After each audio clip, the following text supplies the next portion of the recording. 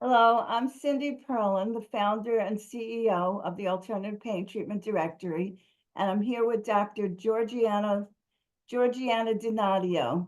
She is the program director for the National Institute of Whole Health and a pioneer and hospital researcher of whole health.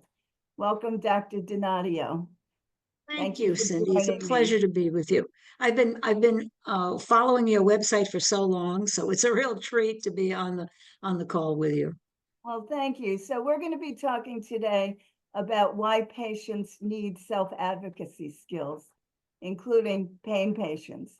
So can you tell us how you got interested in this topic? Well, that's a long story. I had and I conducted a medical practice, integrative medical practice for almost 50 years, and I retired during COVID. And during that time, not only had I seen so many people who were suffering and who needed help, but in the last few years of my practice, I was working as a patient advocate, a board certified patient advocate, and you can become that, which is really quite wonderful for your family, your friends, yourself, or you can do it professionally. And in the last 3 years I was doing a lot of work with male patients who were going in for surgery. And I got to tell you, it made the biggest difference in the world when they said to their doctor, my patient advocate is here and she's going to, spend time with us and I'd like you to talk to her.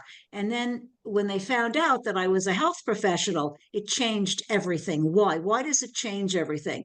Because they knew there were more eyes on them. Okay.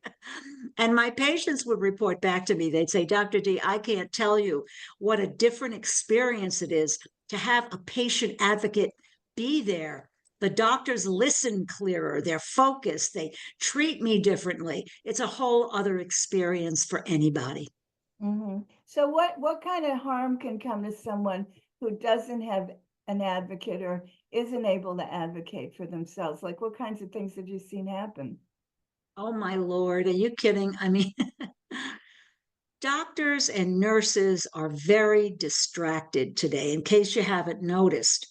And unless you have someone reminding them and keeping them focused on what's going on with you or your patient, they're all over the place. We read about it every day in the paper. People get the wrong parts of their body removed. They get the wrong medication. They wind up being treated for the wrong condition. I mean, medicine, and I'm just going to say this because I can. I started working in medicine when I was 14 years old. And that's well over 60 years ago. And I have to tell you that I've never seen such a dire situation as we have today.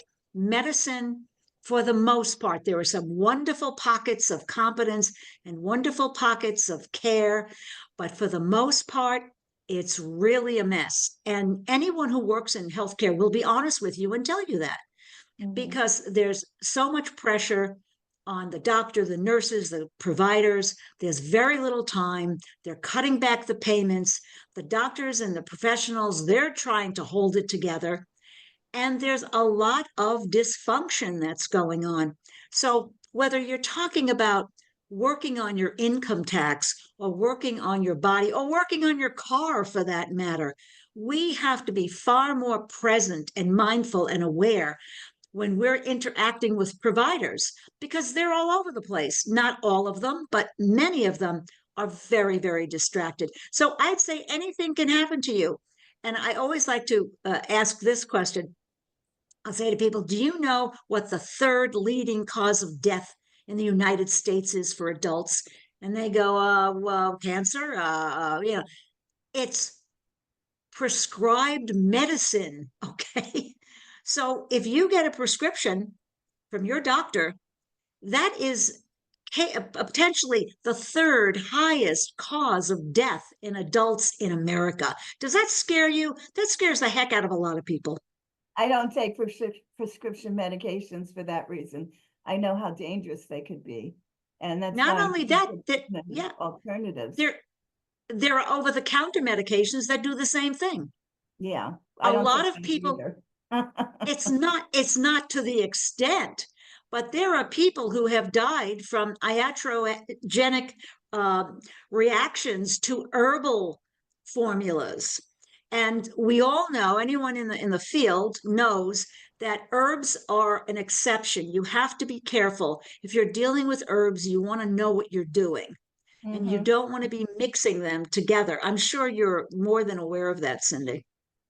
Yeah, I mean, I happen to be of the belief that the prescriptions are more likely to cause problems than herbs, but there are certainly some problematic herbs out there. I mean, you know, there are poisonous things in nature and there are dangerous things in nature. So you need to be informed, you know. So, Absolutely, but yeah, prescriptions can kill you. There's no there's no question you about it. know, over the Okay, counter things like ibuprofen or Tylenol can too, if you take too much of them, you know. right. Well, it affects the organs, and that causes its own issues. So just to be aware, you say what can happen to people. That is, you could give any answer. The Hmm. wrong meds, the wrong surgery, the wrong treatment, the wrong chemo, the wrong whatever, and it's happening every day. Uh, so that's my answer to you. So, what does it mean to advocate? If you're advocating for yourself or you're advocating for someone you care about or a client, what does advocacy actually involve? What it basically means is that we're looking at and holding responsible the options that people have. In other words, when you're talking to your doctor, a lot of times they don't talk about options. They don't talk about what your choices are. And they certainly don't say to you, are you concerned about taking drugs or are you concerned about surgery? They assume that that's going to be part of the protocol. Advocacy means I'm going to stand there and try to protect you from any unseen possible problems that may arise because people aren't paying attention enough, or they're not that focused on what it is that they're doing for you. And that's Hmm. a very important thing. I mean, when I advocated for my children when they were in high school, we would advocate for them as learners, and depending upon what it is, you have to know enough about the subject for it to matter. This too, an advocate is a person who speaks for or supports a cause or a situation. um, it can also, refer to the legal term, but the term advocate can be used as a verb, meaning to publicly support or recommend or really help people with the recommendations that they're getting. So when you advocate for somebody, you want to give them the best possible opportunity to understand the choices, to understand their options, and to let the practitioner know that someone else is there listening and someone else is there caring about what's going on.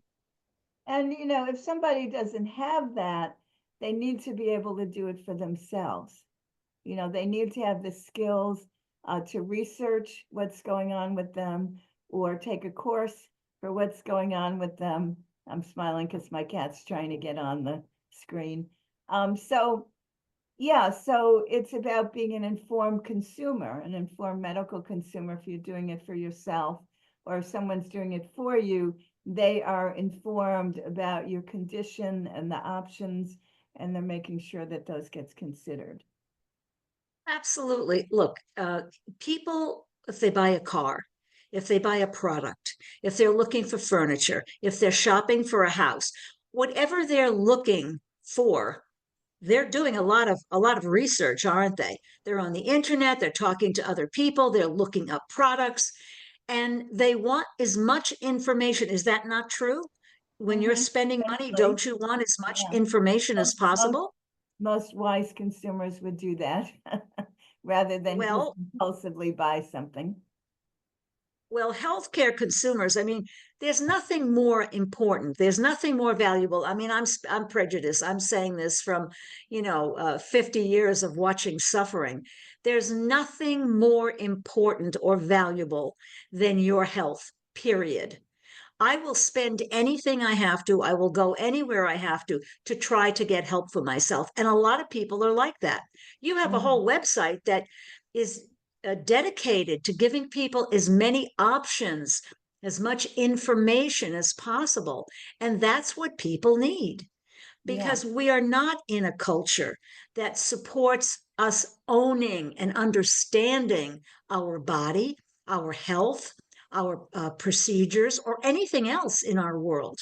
So if you have an advocate or you want to be an advocate, you want to know that what it's about is protecting and providing for your client the best possible information that's out there, just Hmm. like you do on your site. I mean, Hmm. I love your site. I've always told you that. I think it's a great service.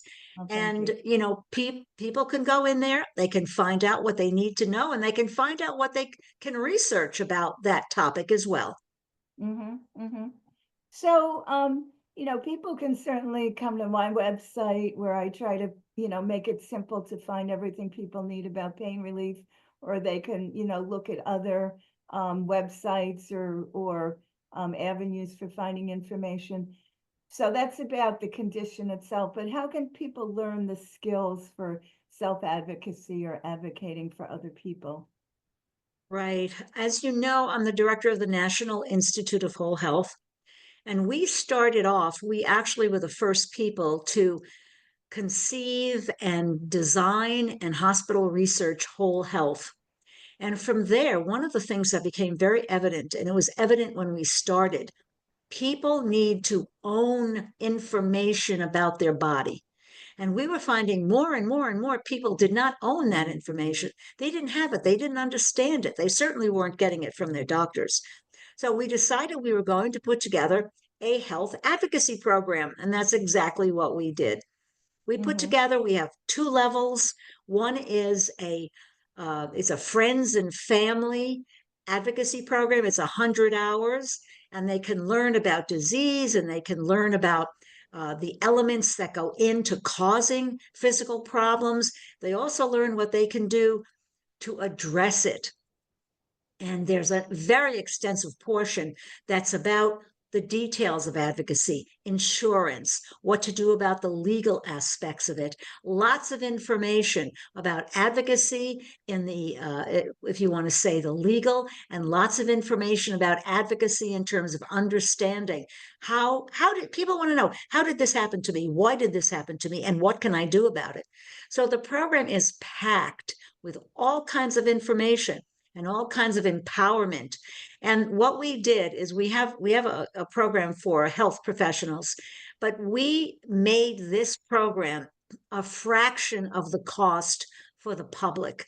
Now, the public version, there aren't continuing education credits, there aren't things that they can take to get credentials in particular areas from the program, but they can get a certificate of study. And more importantly, they can get the knowledge and the information to go back to their families and talk to them and support them and advocate for them. So you can take a course in patient advocacy. You can learn patient advocacy. It's not something you have to have an innate wisdom or an innate awareness about. We just graduated one gal. She was in her 60s, and she was so thrilled that she found this program because she said that's what she's been doing and wanting to do for people her whole life. And a lot of people, they really want to help. How do you help somebody? People want to know. Again, there are questions that they want answered. How did this happen to me? Why did this happen to me? And what can I do to take control of it? Right. So, if somebody is looking for their family, their friends, themselves, they can take this program and they can get a lot of answers. And that's the whole idea behind the program. Well, that sounds great. So where can people find this program if they want to sign up?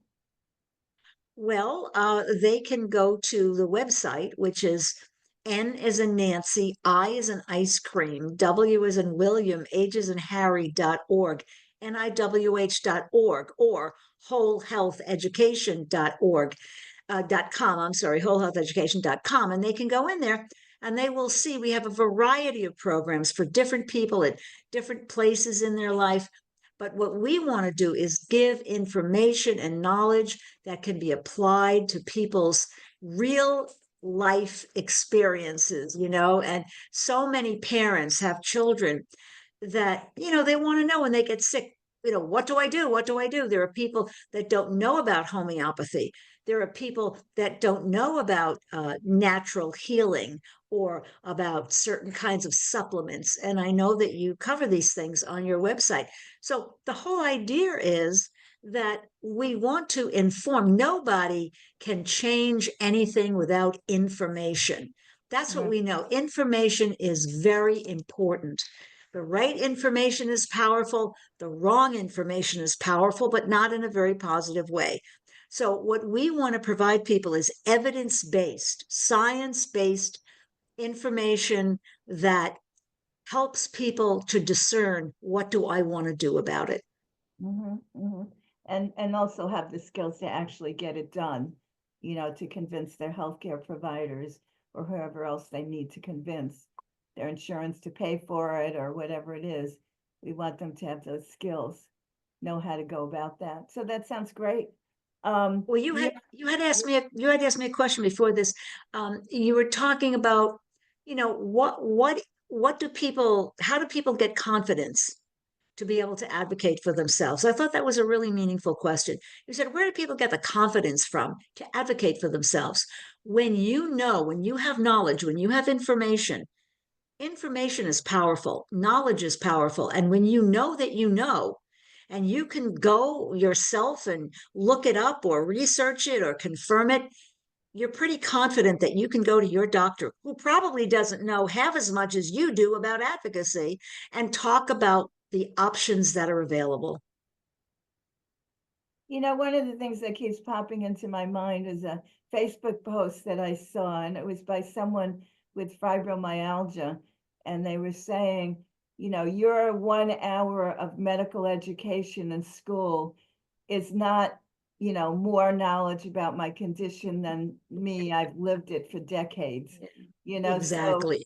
you have the time if you have a certain condition to devote all of your time and energy to learning about that and what could be done with it. Your doctor has, all these different patients that they have to pay attention to, and also spend a lot of time fighting with insurance companies and all of that. They don't have the time to be as educated as the patient can be or their caregiver can be. So, Absolutely. And you know that crowd sourcing is a big thing today. And I was involved with one of the larger crowdsourcing organizations when they first came out, and we were working together, and we still recommend them. I'm surprised that isn't something you've gotten into. But anyway, you can work with organizations where everyday people are invited to look at the case, look at the situation, look at the symptoms and the history and everything else, and do research and come up with possible answers. And there's something called crowdsource, and you can look that up. And other organizations across the country that are doing this, they're even doing it now in medical school, I understand. So the idea that you have to be a doctor, you have to be medically educated to figure out what's wrong, is not necessarily true. You can listen to the patient. You can be we have a program that we were teaching for a long time called Health Detective. You could become a health detective by taking this course and figuring out what's wrong with people. And these are very important things because we don't like to feel powerless. So if you're interested in being kind of more in control and having some authority over your life and your health, consider taking an inexpensive, our program is $299 for 100 hours, which is like, it's a giveaway.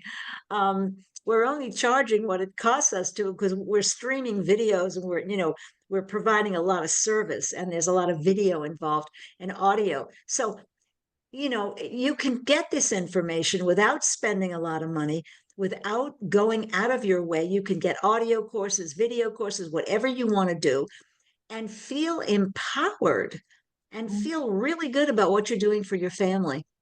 Yeah, I mean, that sounds really good. So, um, just to clarify, this is a self-directed course, right? They're not spending certain times of the day on it or whatever. People can do it Oh, whenever no, they want no, at their no, own this is pace. different from no, our professional course. You have to work with an academic advisor and you turn in assignments and things like that. No, you can listen to these audios, you can download them, you can listen to them while you're exercising in your car, whatever you're doing, and you can keep listening to them over and over again.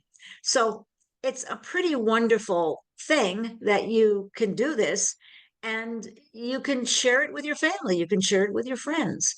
And we call that the Whole Health Friends and Family Advocacy Program. And that's, we've designed it for people to share it and learn it and feel good about it. Yeah, well, that sounds good. Yeah, so I will also, I know you mentioned the website before. Your program is also listed on the Alternative Pain Treatment Directory at paintreatmentdirectory.com. And we'll also put it in the description of the video so that people can click on it and get to it.